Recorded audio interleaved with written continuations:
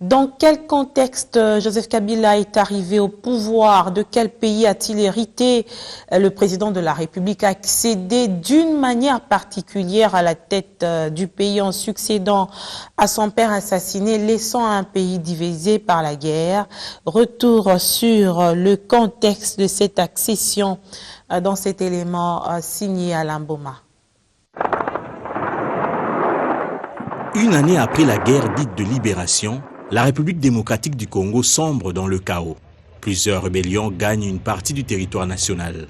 Le MLC au nord, le RCD Goma et le RCD KML au nord-est. Si nous ne pouvons pas nous servir de notre or et de notre diamant dans les 2 ans qui viennent, nous n'allons pas construire la prospérité de notre peuple. Laurent Désiré Kabila lance alors une offensive pour rétablir l'ordre, mais la mort le surprend, assassiné dans son bureau du Palais de Marbre le 16 janvier 2001. Moi, Joseph Kabila.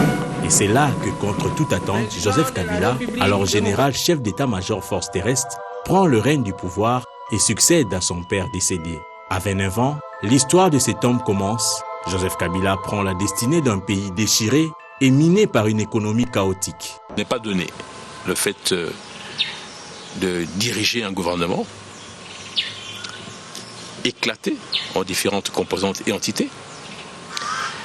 Un gouvernement formé par ce qu'on a appelé à l'époque les belligérants, c'est-à-dire ceux qui hier encore s'affrontaient sur le champ militaire. Le fait de réunir tout ce monde autour de lui en tant que chef de gouvernement et conduire de manière consensuelle tous les débats et chaque fois aboutir à des conclusions qui tiennent compte de l'intérêt général, je pense que c'est une des qualités exceptionnelles du chef de l'État. Il deviendra 3 ans après le premier président élu démocratiquement après une trentaine d'années.